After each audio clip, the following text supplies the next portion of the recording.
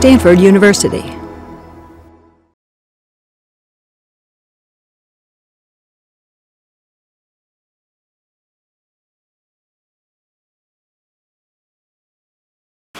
Welcome, everyone. It's a pleasure to be with you on the third day of the 2018 Contemplation by Design Summit.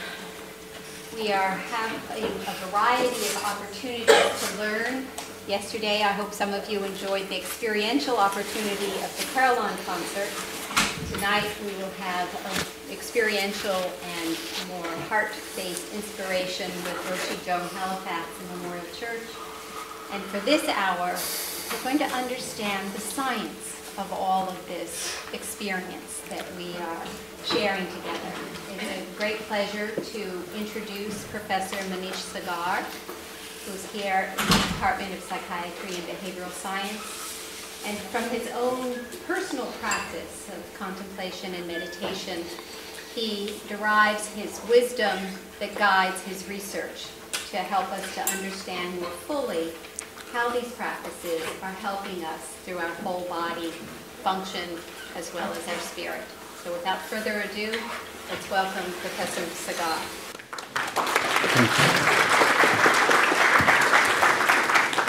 Thank you so much for having me. I biked as fast as I could, and I'm a little bit catching my own breath. So maybe we should take a couple of deep breaths, all of us.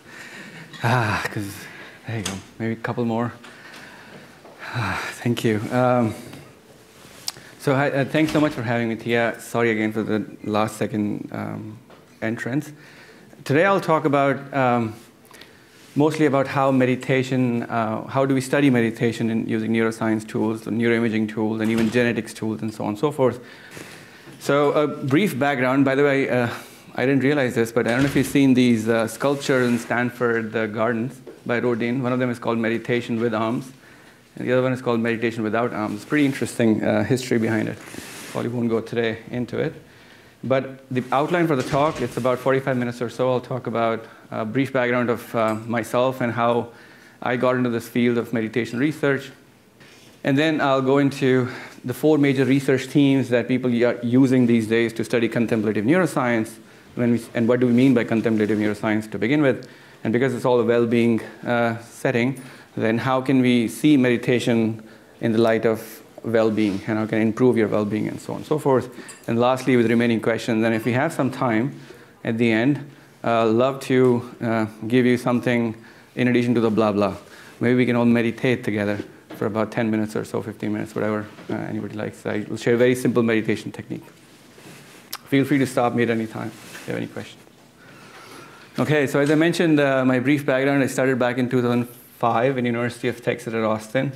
And I was playing with these tiny Aibo robots. I don't know if you've seen them. They're really cute Sony robots. And our goal was to make a team which can beat their human soccer robot. Luckily, the aim was for 2050, so enough time for me to graduate. I was like, perfect. And then I got into the area of neural networks, also known as deep learning these days. And just like any other computer science graduate, we used to go to Google for summer internships, basically to play ping pong. But luckily for me, it was I also happened to attend a tech talk there by a monk who was giving a talk about a very interesting project that they were doing on meditation. It's called Shamatha project. You may have heard of it back in 2006 and 7, where they had people, about 60 or so volunteers, who meditated for about 5 hours a day on average, 6 hours a day for 3 months. And they wanted to see how that much intensive meditation practice changes anything from cognitive faculties to gene expressions all the way.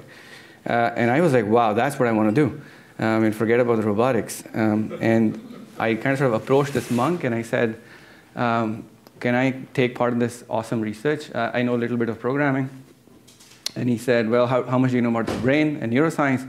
And I said, it's somewhere about here, but that's all I know. And he said, well, why don't you go back to school? He was very kind to me. And he said, take a couple more neuroscience courses and come back. And I did that. I took actually 9 neuroscience courses in my Ph.D. work.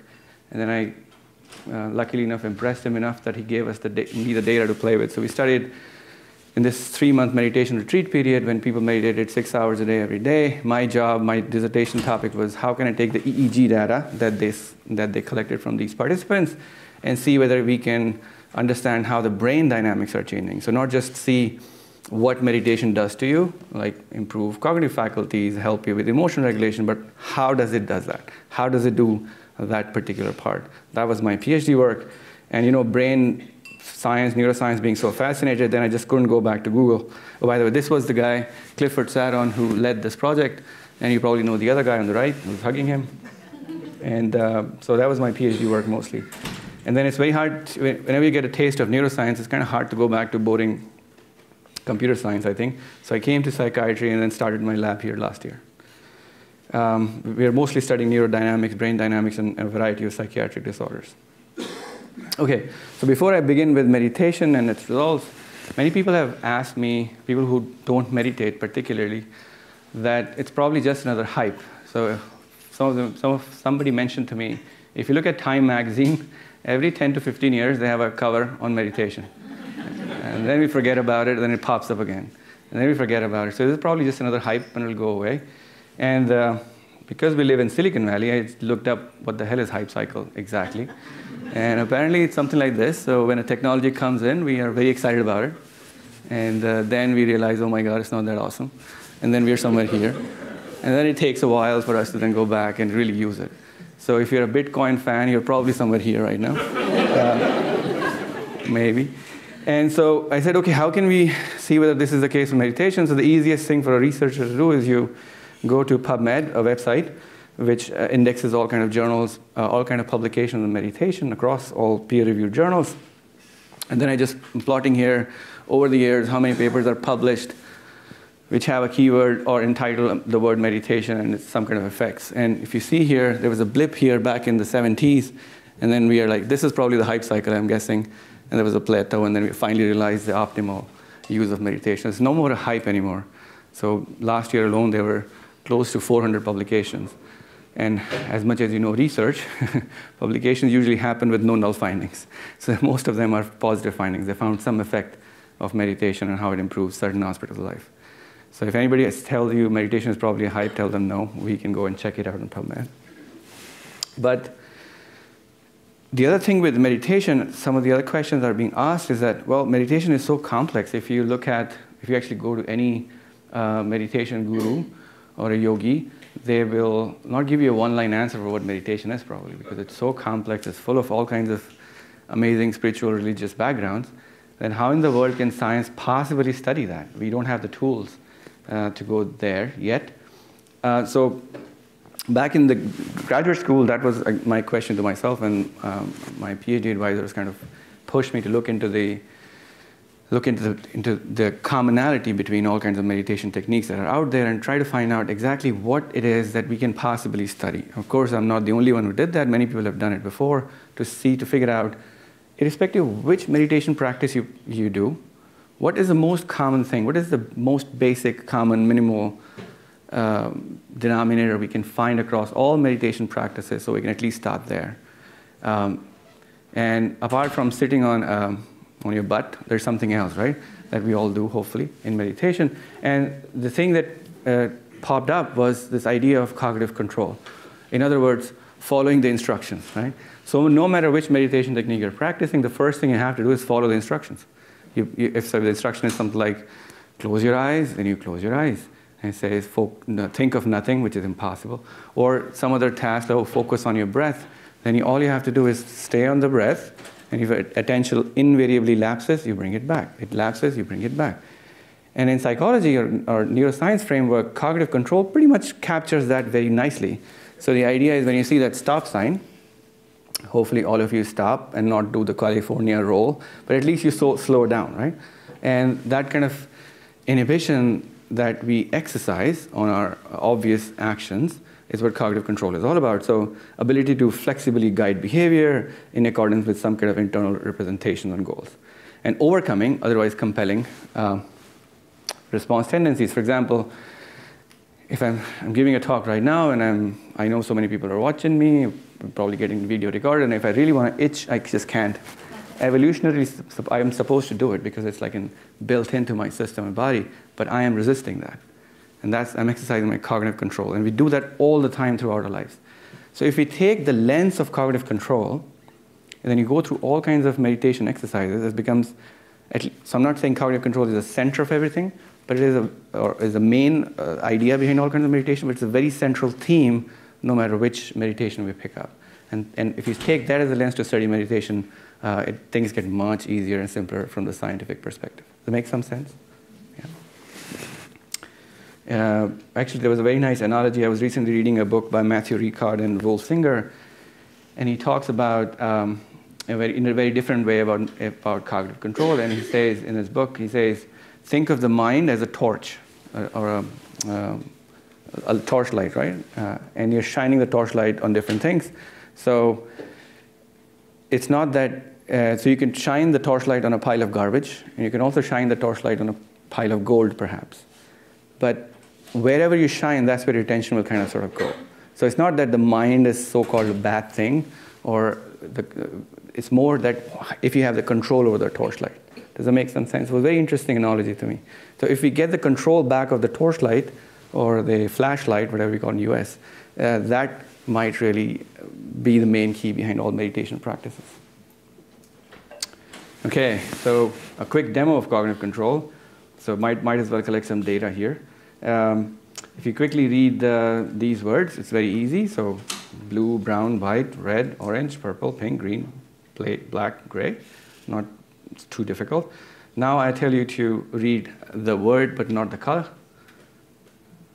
Hopefully you'll slow down and make more errors. It's a very common cognitive control demo called Stroop task. And now instead of asking to name the word, to read the word, I ask you to name the color itself. So green, and then purple, and then yellow, and then red, and so on and so forth. So you're slowing down, right? And you're probably making more errors. So the idea with cognitive control, but you can still do the task, hopefully. And the idea is that irrespective of how many distractions are there, we can still perform the task. And that's basically what cognitive control is. And it very nicely blends into meditation. So let me give you a quick, sort of like a very, probably very stupid and naive view. But if you're told to do any kind of meditation instruction, few minutes later, that's almost always happens to me when I do it at night, I go into this thing called sleepitation, right? I'm like nodding, and my wife is like, what is it doing? But it's not meditation at all. You're basically tired, might as well go to sleep. And if I do it in the morning, I get bombarded by a bunch of thoughts. And if you have ever experienced meditation, perhaps you're a very long-term practitioner, but most of the people who start meditation, that's a huge problem. We just get reminded of all kinds of things, sometimes really amazing ideas. You're like, oh my God, let me just write it down. And then you don't meditate anymore, of course. And what happens is with practice, several thousand hours of practice in some cases, some of the Buddhist monks that neuroscientists have studied have close to 27 to 44,000 hours of meditation. That's a lot of math. And I was just actually doing that. So I thought yesterday, I was like, okay, if I have to get 44,000 hours of meditation, how many years do I need to meditate? Turns out 30 years, 3 hours a day. I was like, nope, never mind. Maybe next life. Okay, but the interesting thing is that if I just replace the meditation instructions with like studying a boring IEEE article, basically the same things happen to me. I again go into this research mode. That was from a t-shirt my wife gave me finally. Or we go into this mind-wandering state. And of course, by repetition or coffee, one of those, we tend to go back to the study, right? And the idea, again, is repetition. So it's not like we are born to read IEEE articles. We really slug through it. We have to, learn too much to then finally understand these things. Or any kind of study material you can pick. So if you take this idea of you're trying to focus on something, and your attention invariably lapses, and you bring it back, and then it lapses again, and then you gently bring it back. This we do no matter what we do in life. So if you're studying, if you're talking to your spouse, perhaps right now when you're listening to me, your mind will wander into probably lunch, and then it'll come back. You're like, oh my God, it's still talking. And then you go again, and you come back. So this will happen no matter what. And this kind of mind wanderings can be very useful at times as well. But if you have some kind of cognitive control over them, you can really enhance your productivity. And that's exactly what meditation teaches. So if you take meditation as a mental health and just keep cognitive control as a so-called mental analogous to a mental muscle that you need to exercise, when we exercise this muscle every time when we meditate, we make it stronger and stronger and stronger, so that when you're talking to your spouse, you're actually talking to your spouse and not anywhere else, right? Or whatever else you're doing, you're actually there. Does that make sense? It's a very simplified view, but it actually helped a lot in terms of doing the literature survey for me and understanding how meditation does what it does. Okay, so now with this background, going to contemplative neuroscience. It's a relatively new name. I think Alan Wallace was considered the person who coined this term, and that's the guy who actually I met at Google, Alan Wallace. He was a Buddhist monk. And the idea behind this term is that it's a research field where you basically study meditation practices using tools from all kinds of space, all kinds of science, neuroimaging, different kind of ways to looking at the brain activity, fMRI, EEG, so on and so forth, epigenetic research, and also behavioral research. And more or less, they are divided into these 4 different themes that Richie Davidson talks about. One of them is neuroplasticity, the idea where we basically understand brain as a device or an organ which is built to change with experience. That's all what neuroplasticity is all about. And we want to see how we can change the brain in case of meditation practices to make it more optimal in some way. Yeah? So that's what all the research on neuroplasticity is about. And then epigenetic is pretty much similar concept to brain, is how can we then regulate the genes by experience and so on and so forth. So again, researchers wanted to see how contemplative practices, especially intensive meditation practices, how can they have an effect on gene expressions. And I'll actually share a couple of studies for each one of them in a bit. The third one is more brain and body interaction, and that's very interesting when we talk about meditation and neuroscience of meditation. Almost always we focus on the brain. Very rarely we pay any attention to the body. But it's changing now. More and more people are looking at the interaction between the two. It's a very funny example about, I think back in 1992, Richie Davidson and Clifford Saron, my Ph.D. advisor, had a chance to go to Dharamshala in India to look at some of the brain activity in some of the monks. And he told me this story. He said when they went there and they told the monks asked them, what exactly are you trying to do? And they said, oh, we're trying to measure some way of measuring how you are able to regulate your emotions. And that suddenly they all started laughing. And they didn't really know why they were laughing. So they asked them, you know what happened? Did we tell you a joke or something? And they said, well, if you want to measure emotion, why are you putting a cap here? Why don't you put it here? And so that was very profound, I think, experience for something to think about. And now finally we are getting to that point, probably around 30 years later. And so the idea is that if you think about psychological stress, for example, and we now have plenty of evidence to suggest that psychological stress or any kind of chronic stress have trickle-down effects on all parts of your body, and including all the way down to gut microbiome and even the inflammation there. And so how does that happen? It's not like your gut has its own sensors which is reading the environment, right? It's going through the brain, what we perceive, the perceived stress.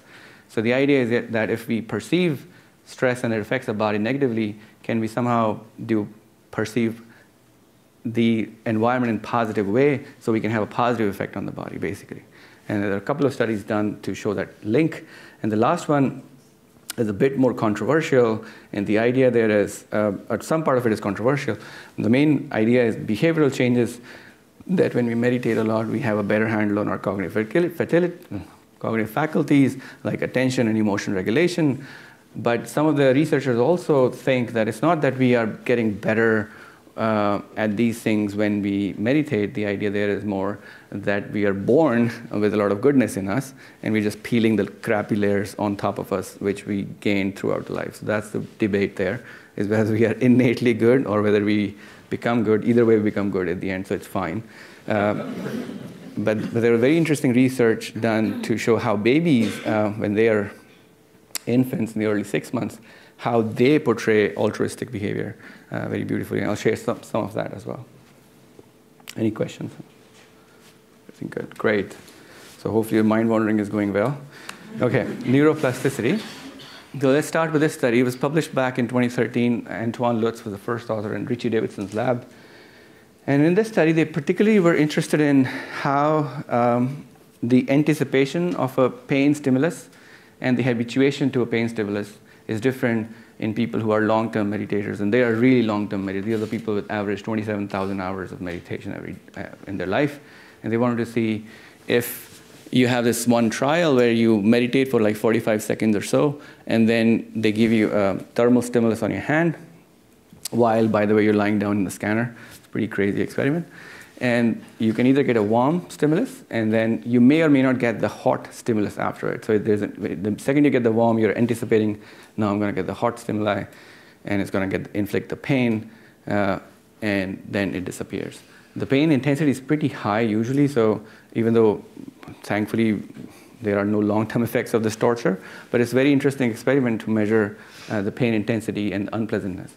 And they showed, first of all, behaviorally, that if you have novices in the blue and experts in the red, the intensity measure is pretty same. So they both say 7 on the scale, pain scale or something. But the unpleasantness is way down in case of experts. So they're not much distressed or don't feel it much of an unpleasant effect afterwards. Now somebody could say, well, they're probably faking it. Who knows? What if we actually look at the brain signals in this case? So this is fMRI data from anterior insula, and I'm sorry, it's a lot of a lot of lines there. But so A1 is the right after the meditation period or during the meditation period. A2 is when they are anticipating the signal. A3 is when they actually get the signal. So in the green and the novices, green and novice blue are the lines. W means when they got just a warm and no heat signal, and H means when they actually got the intense pain signal. So if you look at the top two lines, the blue and green, novices pretty much were all the way up there, anticipating, activating this area of the brain which is measures the interoceptive signals, and having a huge, perhaps the unpleasant response due to which. But if you look at the experienced meditators, in the case of W is very interesting. W means just the warm, no heat. The yellow line basically just flats out. Even so, there is no, and unless there is a pain stimuli, they don't react. But if you look at novices, they react no matter what. And if you further look at the after A3 period, that's where the residual response is. So meaning the pain is gone now, and meditators go back right after it, the red line, but the novices pretty much stay up there. So it's like somebody cut you in traffic in the morning, and you're pissed off all day. Something like that. Meaning we don't just go back to normal right away. And that has been shown in another study, in the Shamatha project that I talked about as well. I don't have the slides here, but they showed that when a bunch of meditators were shown during this intensive meditation practice where they meditated 6 hours every day for 3 months, at the end of this meditation experience, as compared to before, when they began, when we showed them movies where there was a lot of disgusting stimuli, they would, in the beginning, they would stay mad, we recorded their facial expressions in a hidden camera, so we knew what we did, something called a fax encoding to know what kind of emotion they're representing. So the disgust and anger was kind of stayed there even after the movie was over 10 minutes later. But if you looked at their same responses with different movies, equal intensity though, after 3 months of meditation, they would get, again, same anger level, disgust level, but they would come back right after the movie ended. So that's very interesting. So that's like by design, and I would say we have built up crap on top of it, which makes us anticipate these negative stimuli much more strongly and also have a much more stronger residual effect. Yeah? I'm wondering, does it also relate to how pain is inevitable and suffering? Yeah, I guess, yeah. So the question was related to pain is inevitable and suffering is optional. I would say so, yeah. Absolutely. And then they also correlated this response, this difference, with the hours of meditation. And initially I was like, 45 hours, no big deal. But then I saw the scale is 10 to the power 3. Never mind. But the idea is that we can all reach there. Maybe even if you reached at 25, it's probably good enough. But very interesting results. Another results comes from brain morphometry, meaning looking at the hardware change in the brain. This was more of software, the pain one. Hardware meaning we look at the neocortex, the thickness of the neocortex, and we know that as we age, well, before I go there, as you can see, I didn't practice my slides. Some of the regions that we know are engaged when we meditate are also activated when we exercise cognitive control. So if the task we just did, where we were looking at these words, and I tell you change, not read the word, not the color, read the color, not the word kind of thing. When you exercise cognitive control, and if we put you in fMRI scanner, we see similar regions that are activated when you're actually trying to meditate, which makes sense because you're regulating your attention in both cases. So we find prefrontal regions to be activated. We find insula to be activated when people meditate inside some kind of neuroimaging device. So the question that some of the colleagues from MGH asked is that if people are meditating for a long, long time, 45,000 hours or so, then shouldn't there also be a structural change, meaning should the neocortex be any different in these particular regions because of that much meditation experience? And they looked at it, and it was published back in 2005 with Sarah Lazar, where this was more of a cross-sectional study, meaning it's not that they followed a guy from 20 years to 55, which will take forever, but instead they took people at different age groups, and they kept a much less stringent criteria than 44,000 hours. They had more like 40 minutes a day meditation minimum for at least, I think, 3 years or so in the back. And they wanted to see if you have these people and you look at the regions which are known to be engaged in cognitive control, then whether the cortical thinning is somewhat different. So as I was mentioning earlier, as we age, our neocortex, the thin layer around the brain, thins over time as we age. So it starts about close to 2.53 millimeter and goes all the way down, further down as we go to 70 or 80, probably closer to 1.5 to less than 1 millimeter. And they wanted to see whether people who meditate, perhaps that is slowed down or at least somewhat stable. And that's exactly what they found. So red color squares are people who never meditated in their life. And the blue circles are the people who have been meditating at least 40 minutes a day for the last 3 years or more. And they found this very interesting result. And it has been replicated since 2005 study that these areas which are engaged in this cognitive control, the thinning was slowed down at the very least, if not stopped. Yeah. What is the effect of the thinning normally? Does it slow down your thinking? Or? So basically, the neocortex is the region of the brain which has all the neurons, all the neural computation is there. So everything goes with thinning. Wisdom remains. Just kidding, I don't know. But you need for learning, for planning, for any abstract thinking, creative thinking, intelligence, you need all these regions, absolutely. So look where you are in the age group and start meditating today. Okay, so the other piece of, I don't know why I'm focusing on aging today, but the other piece of literature comes from the idea that when these meditators, long-term meditators, they have some way of slowing down the aging. There's an old saying in the East, when I was growing up, my mom used to say, oh, you know, these meditators go to Himalayas and they meditate for thousands of years. And I was like, what? How is that even possible? But I'm not saying we found the way to live for thousands of years, but the idea is that one of the hypotheses was that when you meditate, you can slow down the aging process. And in the Shamatha project, we wanted to see whether Clifford Saron and his colleagues wanted to see whether we can actually show quantifiably whether the aging process is slowed. And one of the markers of that is telomere in your gene expression. It's like a zipper in your jacket. And if it shrinks in length as we age, and they wanted to see whether that shrinking has slowed down in some way. So this was Shamatha data published in 2011 in Neuropsychopharmacology. This is the group where people were meditating 6 hours every day for 3 months. And we found that, so this is a different way of showing it, but we found that in the group who meditated for this much time, they were able to slow down the telomere reduction, and it was positively associated with psychological well-being. So another good indicator of how meditation can work, both at the mental level as well as the gene expression level.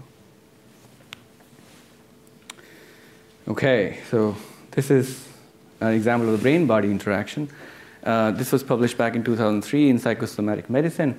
And this was a very interesting study in the sense that they wanted to see that, you know, to convince people like you and I who are probably not going to go to Himalaya and meditate for 44,000 hours, if we just do a much shorter intervention of like 8 weeks, or so, and we meditate like 40 minutes a day or something like that, or 20 minutes a day, can we still see some effects? So they actually did this study in Wisconsin, Madison, Wisconsin, in Richie Davidson's group again, where they went to corporate setting, and people meditated there for 8 weeks. Like people who had regular jobs, they meditated for like 20 minutes or 40 minutes a day for 8 weeks.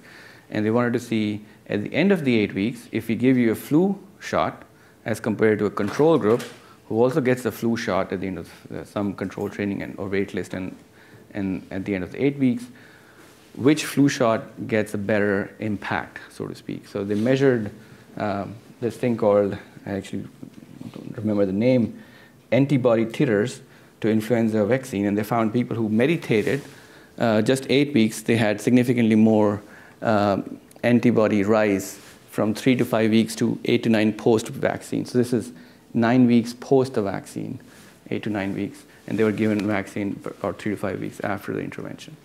So another interesting result. Of course, all these results that I'm showing you, they are getting replicated, and they need to be more replicated for much more stronger, significant results. These are more like proof of concepts at this stage, but we are collecting more and more evidence, all in the same direction, that meditation has a positive influence. But irrespective, like on a personal level, I have realized that all these interesting results boils down to blah, blah, if I don't meditate every day. And that's why I want, at the end of the talk today, would like to have you meditate a little bit at least. And you will, meditation is what it does to you, and you have a personal experience about how it's changing your life. You don't necessarily need 20 science papers to tell you, yeah, it's working, and then you'll go meditate. But perhaps that will motivate enough that you will start at least. Fluid intelligence, this is again Sarah Lazar's group, much more recent paper published in 2015. Just like they did the experiment with cortical thinning, here they're looking at fluid intelligence, so the ability of the part of intelligence which is changeable in nature, trainable in nature. So for example, learning more, enhancing vocabulary, or remembering more items in a working memory, or better information processing, you can respond faster. And they found that these variables of fluid intelligence in general and regular controls kind of sort of decline, just like our cortical thinning happens. Our ability to have higher fluid intelligence drops with aging. And then they compared two groups there, three groups, controls, yogis, and meditators. And they found actually the people who are yogis, so these are people who are meditating plus doing yoga, they had the best result. They basically slowed down and stayed fluid, had more intelligence across the age span. Meditators were slightly less, but better than controls, and controls had a normal aging process. Yeah? Can you say a word about, for a result like this, how do they control for the other factors that would be correlated for being a yogi or choosing to meditate? No, absolutely. So it's always a hard problem when you're looking at meditation data. So most of this data is correlational in nature. You have to have plenty of replication to truly study it. And that's why I was saying all these things are something that you have to experience yourself to really, really understand. There are plenty of factors. For example, when we did the Shamatha project, many people said, oh, so this was a project where people flew to Colorado, Boulder, stayed there for 3 months. And people said, oh, what if all you're seeing is they were not using Wi-Fi or Google phone or whatever. Maybe that's all it is. Maybe there is no meditation. In fact, if you show people that, look, it correlates with how many hours of meditation you do, then people say, oh, what if it's just an effect of sitting on your butt? Well, yes, that's possible. But again, it's something that you really have to try yourself and see. But great questions. Okay, innate goodness. And this is a very cool video. I don't know if you can lower the lights just for this one. Here? In this study, parents bring their 6-month-olds into the lab. At the other side of a long table is a hill stage. A red circle guy with googly eyes tries to climb the hill. He sort of goes up the hill and then falls back down. He always fails at it. And then a blue square character, also with googly eyes, comes from the bottom of the hill and bumps him up to the top of the hill so that he's successful. On different trials, the climber tries again to get to the top of the hill, and then a yellow triangle character comes down from the top and bumps him to the bottom of the hill, so prevents him from getting his goal. Babies see this a number of times until they get nice and bored with it. So we stop and basically do a choice measure. Moms are asked to close their eyes. An experimenter who did not see which character was which brings over the two characters to the babies and just sees which character the baby touches first. Which one do you want? We found that, impressively actually, almost 100% of babies preferred the more positive character. What do you want? Okay. They seem to have an attraction to helpful, pro-social individuals and also a real aversion to antisocial, unhelpful individuals. Okay. So again, very preliminary evidence, but good news is we're no fault in manufacturing. We're all born perfectly well. Perhaps we learned the gunk over time and we can work on it. That was just, again, a very preliminary evidence, proof of concept, and more research is being done to see whether if you introduce meditation much earlier, during pre-K curriculum, for example, does that have an impact? You may have heard of this study where they had this delay in gratification study done in young kids and how they were much more successful 30 years down the road. So similar studies are being underway which convince that if you invest meditation-like trainings at much earlier age, then can they have a much better impact on their lives, kids' lives, so on and so forth. Because imagine 44,000 hours, you got to start early. Okay, so going back to well-being, just want to show you some of the studies, especially related to a couple of concepts. One of them is mind wandering. And as I mentioned, mind wandering is something that happens invariably, no matter how hard we try for it not to happen. It'll just, our attention lapses into something, and lo and behold, we realize, oh, that's not what I want to do, and you come back. And of course, the different medias and apps takes us there, no matter what we do. But so just to define mind wandering very, very scientifically, we have a person who's trying to work, but he's thinking of the movie. That's mind wandering. Person trying to work, thinking of probably a vacation, mind wandering. And the guy is probably not mind wandering because he's focused on his work. And they wanted to see, one of the studies done in Harvard and was published in one of the best journals we have, Science. They wanted to see whether such mind wanderings makes you happy or unhappy. You may have heard about this very interesting study. And the idea was, well, maybe when you're thinking of something negative, that'll make you unhappy. But what if you think of something positive? I mean when your mind wanders and you're thinking of something positive, like a vacation at the end of the year, shouldn't that make you happier? And that's what they wanted to study. So they wanted to compare mind wandering neutral, meaning like, I don't know, thinking about what you're going to eat, versus mind wandering positive, a vacation, versus mind wandering negative, where you're thinking about something happened in the past that you hated, and you kind of ruminate on that. So to do that, and this was published in Science, there's a beautiful TED Talk, by the way, that you should check out by Matthew. And this is how they tested it, by giving volunteers an app which pops up on their phone about 3 to 7 times, I think, during a day, or 6 to 7 times. And it has 3 screens, basically. The first thing pops up says how happy you are, or how sad, and you can say very sad to very happy. And it'll ask you, what are you doing? So you could say commuting, washing dishes, whatever, you can check box. And then it'll say, were you thinking of anything other than what you were doing? So you can say, no, I was very focused. Or you can say yes, positive mind wandering, yes, negative mind wandering, or you can say neutral mind wandering, right? Very simple way of collecting data. And they collected data over a really high number of people, 650,000 real-time reports, over 15,000 people in the study, across countries and occupation and marital status and income and socioeconomic status.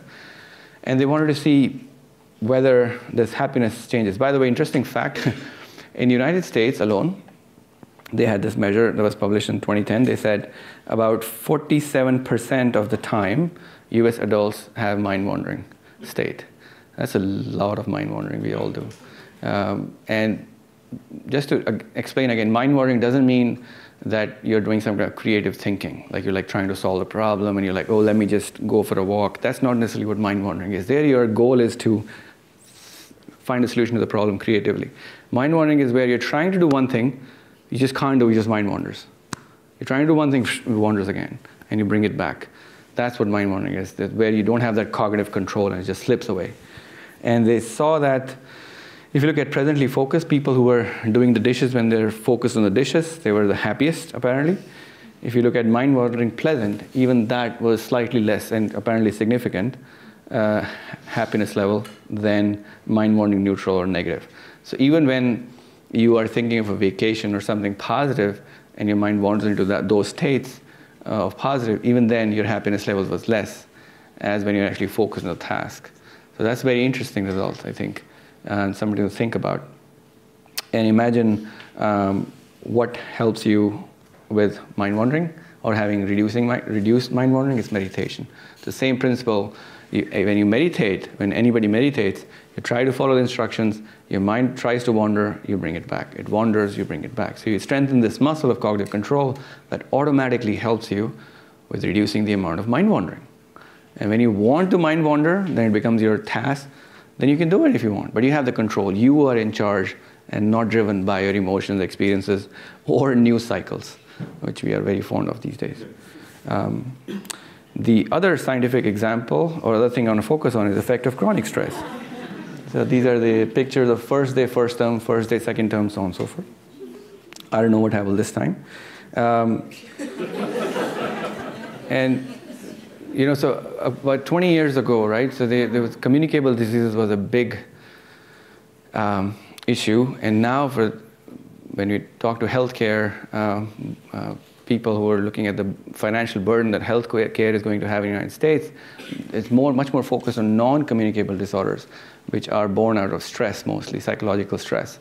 And that could be cardiovascular diseases, blood pressure, diabetes, respiratory issues, also psychiatric issues. And because healthcare is so cheap in US, that's a joke, because it's not cheap, we really, I was checking whether how many of you are mind wandering. It's very, very important to take that perspective into account as well. And studies that I'm about to show you, where they wanted to see whether meditation training will reduce the number of ER visits, emergency room visits, in people who have much frequent visiting habit, or they had to go to ER much more frequently. If you give them meditation training, would that reduce their billable encounters, so to speak, meaning the insurance, the money that we spend on healthcare. And that would, if the idea was when we show something like that, perhaps that will also push a lot of people towards meditation, because you can reduce the healthcare burden in general. So this study was done back in, I think, 2014. I missed the year, my mistake. By Stahl and all, and they wanted to see, so sorry, there are too many lines on this chart, but focus only on the top two. So on the y-axis are billable encounters by these people. So they took people, on purpose, they took a population of people who have more than 60 visits, I think, to ER every year. So very, very frequent ER visitors. And they wanted to then give them two interventions. One of them is mindfulness-based stress reduction, some kind of meditation intervention. Another one is another, I think, health intervention, to see whether there is any effect on reducing the number of billable encounters. And that was indeed what they found 1 year later, that the number of visits went down much more highly in people who got the meditation intervention. It was like 20 minutes a day kind of meditation training, so much more lighter kind of sort of training than otherwise. So if healthcare burden is, you think it's an issue and you would like to reduce the burden, go meditate, I guess. Another way of motivating you to meditate. Okay, I think last one is pretty nice paper by Clifford Nass and Anthony Wagner and Ophir back in, I think, 2003, if I'm not wrong, in PNAS, Proceedings of National Academy of Sciences, where they wanted to see, let me backtrack a little bit. Whenever we talk about meditation and focusing our attention and doing enhancing cognitive control, people say, oh, but what about multitasking? That's like the first question I sometimes get. Is multitasking okay? And this was a beautiful paper to show multitasking is not okay, apparently. It's actually can have a much more detrimental effect than not. So for this example, Cliff and others, what the experiment they did was they would show you this plus sign for 200 milliseconds, and you will just see these bars, right? Some boxes. I hope you can see them in the back. They're red bars and blue bars. And there are way more blue bars than red bars. There are 2 red bars and like 5 or 6 or 7 blue bars. And you can increase the number of blue bars. And the blue bars are called distractors. So you don't tell that to the participants. You just tell them, look, just focus on the red bars, forget about everything else. Yeah, you tell them there are 2 bars, just focus on them, don't worry about anything else. And then a few seconds later, you tell them the only thing they have to do is when they're looking at the red bars, if the red bar rotate or move in position, you just say yes versus no, right? Very simple task. So even though there are other distractors, you just focus on the red bars, and if they move, you press the button. So very straightforward, simple task. And the idea that was to kind of sort of demyth that multitaskers are better at this handling distraction and stuff like that. And they wanted to show, they showed actually that high multitaskers, actually their performance tumbles down when you just simply increase the blue bars. So even if you tell them don't worry about the blue bars, just focus on the red bars, people who, HMM actually means high media multitaskers. So people like us who have a phone, an iPad, and a laptop and a desktop all on, and we're getting Slack notifications and Facebook notifications, and we think we're doing amazing work by multitasking a gazillion ways. They ended up showing they have the worst cognitive control as compared to light media workers. Same is true with other cognitive performance, like 2 back and 3 back are memory tasks. They perform pretty poorly on that. So high number means you're more false alarm rate, meaning you're a poor performer, and you're also slower than people who are light multitaskers. And again, how do you learn not to multitask? I'll bring it back to, again, meditation. If you think about it, what really, if you talk to somebody, if you know who's a multitasker, perhaps you have your own experience, people sometimes just get bored with one thing, and they want to go to the next thing or something else. So to stay excited, to stay stimulated, we bombard ourselves with all kinds of subscriptions, so to speak, and that's how sometimes multitasking happens. And if you, I was talking to, I think a monk who, and I was asking them, why do you guys, like focusing on the breath is some of the most simplest things. Why did you guys decide the breath and not something else? Maybe, I don't know. And they said that that's the most boring thing. And if you can learn to focus on that, you can learn to focus on anything in the world. And that makes a lot of sense. So again, so when we meditate, we enhance this cognitive control. When we learn to focus on something which is probably not very much stimulating, then you can transfer that learning to anything and everything you do in life. So again, so if you take out all the beautiful spiritual, religious aspects of meditation and just focus on mental health and well-being, that alone should be a very good motivator to push you towards trying meditation if you haven't done it, and do it regularly and not just once in a while.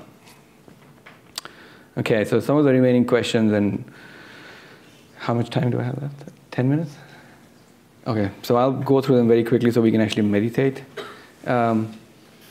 I don't know why I chose to do capital, but how meditation does what it does is still kind of sort of more of a mystery.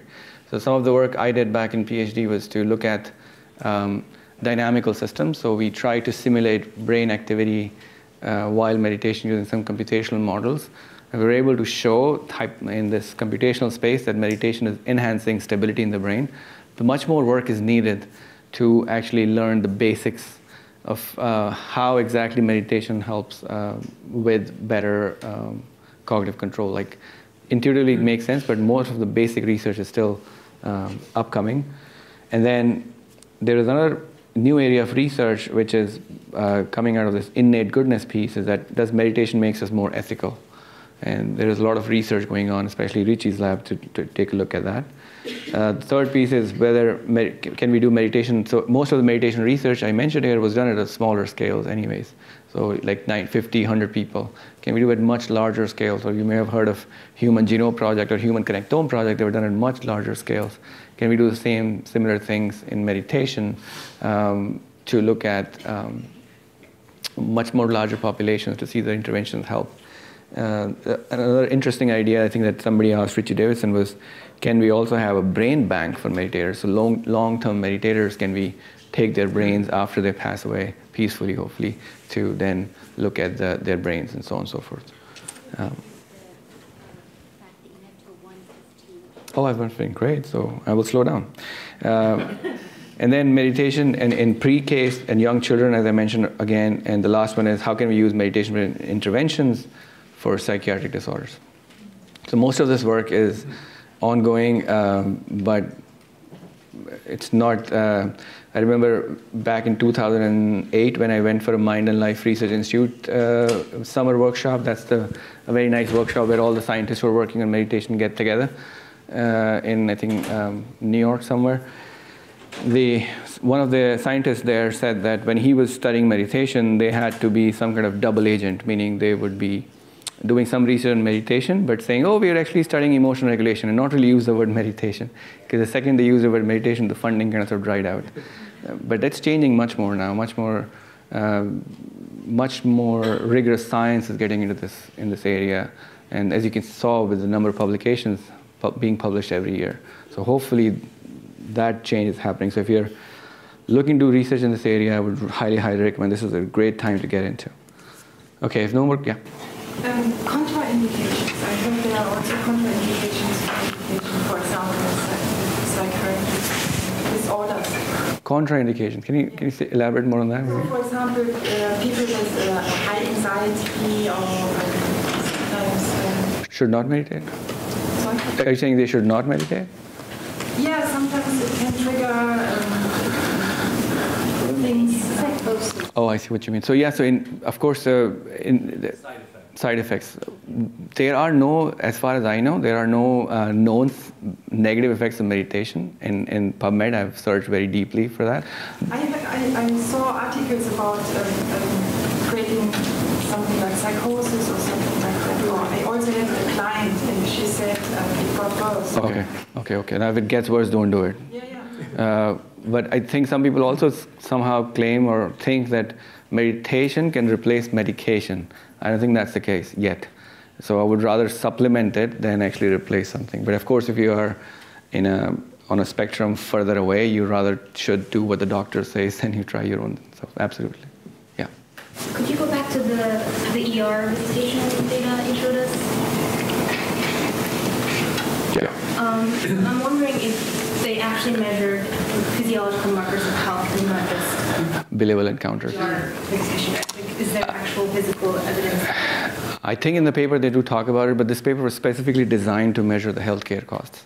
But they're still working on this data, so there may be more papers coming out where they have much more effect. The alternative interpretation is, especially in light of the earlier data you showed us about pain processing, that these people are actually in physical pain. But they're not suffering. That's great, actually. No, that's true.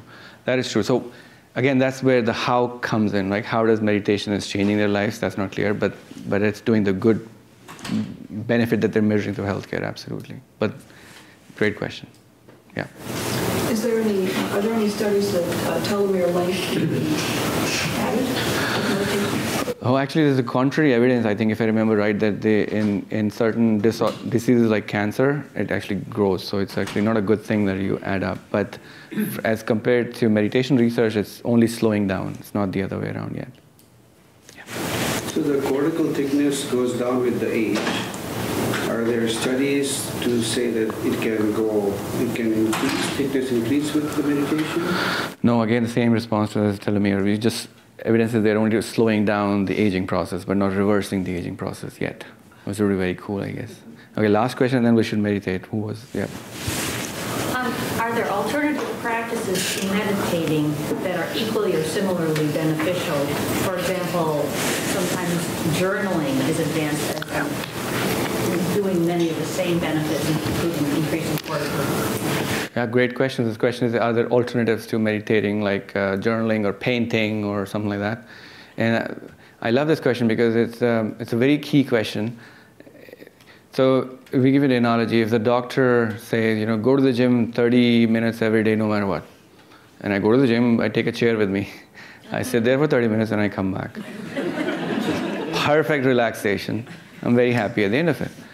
And I'm not in a way saying that journaling or drawing is a bad thing. I'm just trying to say is that you're not exercising the cognitive control there. So if you take meditation from the perspective of cognitive control, the idea, at least when you're a beginner, is you're learning to exercise that cognitive control. Your attention wanders, you bring it back. But if I'm watching a TV or listening to music or doing something which I like to do, I'm not really exercising cognitive control. I'm relaxing and I'm enjoying it. So that's a very interesting difference between relaxation and meditation, and it kind of sort of is getting blurred. Many people term relaxation and meditation and think, oh, we are doing great meditation, but in fact, they're not really enhancing this aspect of cognitive control. Okay, so with that, let's meditate for 10 minutes or so. And let me just share with you very basic instructions. When step 1 of this meditation practice, this is, by the way, known as a Jyoti meditation. The idea is you see in meditation. I'll tell you what it means in a second. So the first step is you don't eat when you meditate. You don't change fragrance. You don't play any music. You keep your eyes closed. You don't touch anybody, because if they move, you move, right? Very simple first step. The second step is very interesting as compared to every other meditation practices that I've seen. In this one, the minute we close our meditation, irrespective of which practice you're meditating, we're like, okay, what do I do now? And we are so used to doing something. So 2 things can happen. One, we can just go to sleep and do sleepitation. Or we want something to do, because we are so driven by doing something all the time when we're aware. But this meditation tells us that when you close your eyes, and you look in front of whatever you see, the darkness, you actually try to be aware of what you're seeing. Meaning, if you close your eyes, think of the darkness as a movie theater where the movie hasn't started yet. And it's pitch dark, and you're just focusing on whatever there is. But you're actively aware, meaning you're asking yourself, okay, what do I see now? Okay, it's darkness, maybe there's some light. What do I see now? And you're aware of what you're seeing. So you're pushing. You have a task to do, as opposed to just saying, okay, think of nothing for the next 10 minutes. Or don't think of pink elephant. It's very, very hard. In this case, you're saying, I'm actively looking at the darkness, and I'm there with the darkness, and whatever is in front of me, and then I'm aware of it. So when I get up, I can say, oh, I saw this or that, or so on and so forth. Make sense? And that's act of seeing. In Hindi is Jyoti and Shruti. Shruti means listening, and Jyoti means seeing. That's where it's Jyoti meditation kind of sort of name comes from. So don't visualize, though. Don't try to think of things. Just be there with the darkness. No need to analyze it either. Whatever comes, if the light comes, or if you think there's some light, just stay there, just look at it, the center of it, and just be there. And obviously don't try to cross your eyeballs. Many people just try to focus here, and then you get a headache. So if you feel any kind of pressure here, it means you're trying to cross your eyeballs. Just open them, just like you go to sleep. Just close your eyes very gently. Look about 10 inches in front of you or something, and then just stay there and be aware of what you're seeing. Because you're actively doing the act of seeing, that'll help you when your mind wanders, like, no, I need to go back to seeing. Mind wanders again, you bring it back to seeing again. And to help with the mind wandering, the other thing you can do is just repeat any word. So you can pick any word you like, peace, love, blah, blah, whatever works. Just make sure that word is not bringing memories with it. So don't say stuff like stock market or anything like that. Pick any word which doesn't bring any baggage with it. You can pick words from different languages if you like.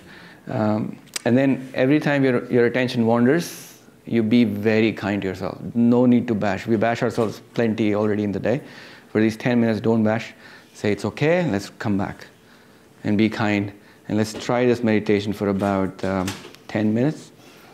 And I'm going to try to shut off the lights.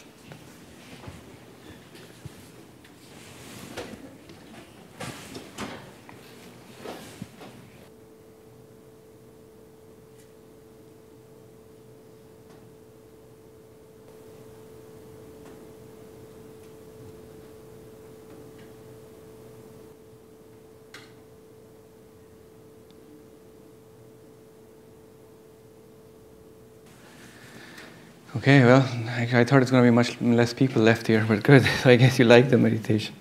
Any comments? Any questions? How many have sleepitation? Just kidding. Yeah, go ahead. So I start to wonder, what's the cognitive process behind sleeping? So what's the cognitive process behind what? Yeah, behind sleeping versus meditation. Oh, very interesting. Usually when you're tired, when you don't have the attentional resources to actually look at it, or the task is very boring, I guess that those are the two probably. I hope I answered that. Yeah? Thank you. Very interesting and great. I'm curious whether you've looked at questions of relaxation response and, say, those steps defining an approach to meditation vis-a-vis cognitive control, and furthermore, whether you've used the technology of the brainwave headset and both in water and out of water warm water to make distinctions with regard to relaxation response, possibly cognitive control as meditation. Oh, very interesting. So whether we should look at relaxation versus meditation more directly, I guess that's what the question is. Relaxation response as meditation, redefining meditation. Yeah. And defining meditation is a multiple of qualities. And that's a good point. But the one thing just to remember that relaxation is more like an outcome of meditation, right? So if you learn to have a better cognitive control, then you can relax much more easily. And whereas relaxation, which are driven by external stimuli like music or water or some other stimulation, and that's really, you're not exercising the cognitive control anymore, right? So that's kind of sort of driven by external factors. But something to look at, absolutely. Yeah. So like you mentioned, it can take many, many hours for you to maybe see the actual effects of meditation. And I saw in some of those graphs that even among the people who had many hours, there was some variance. And so I'm curious, out of all the studies you've looked at, have people identified certain types of meditation or certain forms of meditation that are more effective than others at increasing these types of changes? Great question. So the question is whether because it needs so many hours, is there an optimal way to get the benefit out of meditation? So another example, just another analogy to think of meditation is playing piano. So if you play the piano the first time, like you're learning, it takes hours and hours of practice. One of my piano players said he started playing at age 5. Age 35, 4 hours of playing every day, that's 44,000 hours again. Now he plays beautifully. So it will take time, but some of the variations, individual variability comes from the fact that sometimes people count their sleepitation hours as meditation hours, and so on and so forth, right? So if you do it right, if you do it accurately, many studies have shown that you start seeing effects much more quicker. You don't have to wait 44,000 hours to see the effect. Perhaps a few weeks you can start seeing effects, which may not necessarily be statistically significant yet, but you can see the effect itself. In fact, my meditation teacher used to say, ask your spouse whether you're getting better. You talked about durations. Is there an optimal duration? The practice that I do is 41-minute meditation. You mentioned 40. I'm seeing some... Yeah, one of the great questions is how long should you meditate? One of the papers by Sarah Lazar they were looking at roughly 40 minutes a day to show that cortical thickness experiment.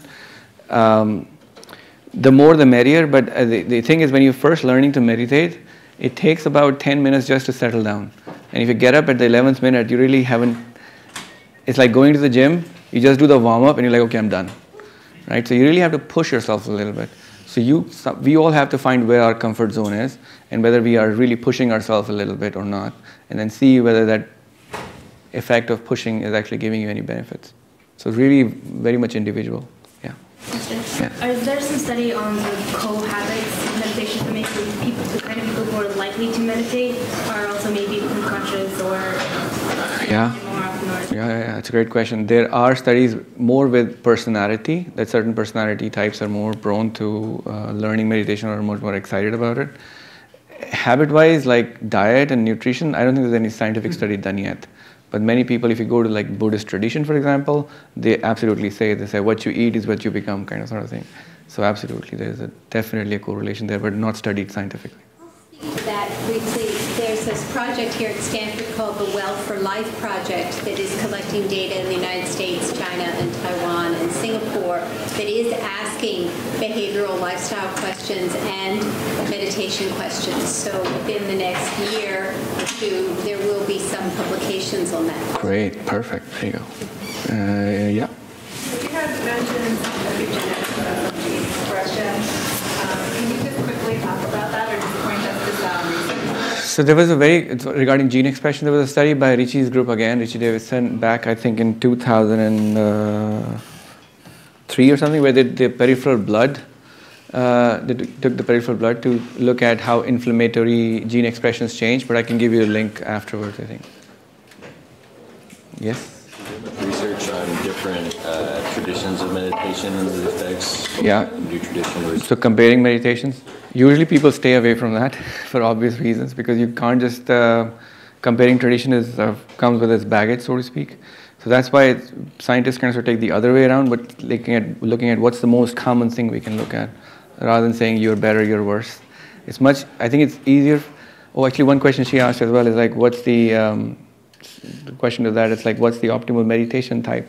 So the reason I like this one, I'm not again comparing the meditation we just did to any other meditation. It's like take a meditation practice which is best suited to the goals. So if you want to enhance cognitive control, don't do guided meditations, for example, because there you actually don't exercise cognitive control as much. Do something like this. But let's say your goal is you're very stressed out and you really want a meditation technique which helps with stress first and then perhaps cognitive control, then maybe start with the meditation which is more guided, which is more soothing to begin with. So where you are and what you want from meditation, take that into account to pick up. They all do what they're supposed to do if you do it right. Yeah. But what about your method now? This is the least preparation for meditation I've ever experienced. About 10 minutes went by like this. That's great. Just got us into, okay, stay in the dark, bye. Great. That's great. That's great. I've been doing this since I was 13 years old. It's worked very well for me. It's called Jyoti meditation, so try it. Whatever works. Okay, thank you so much.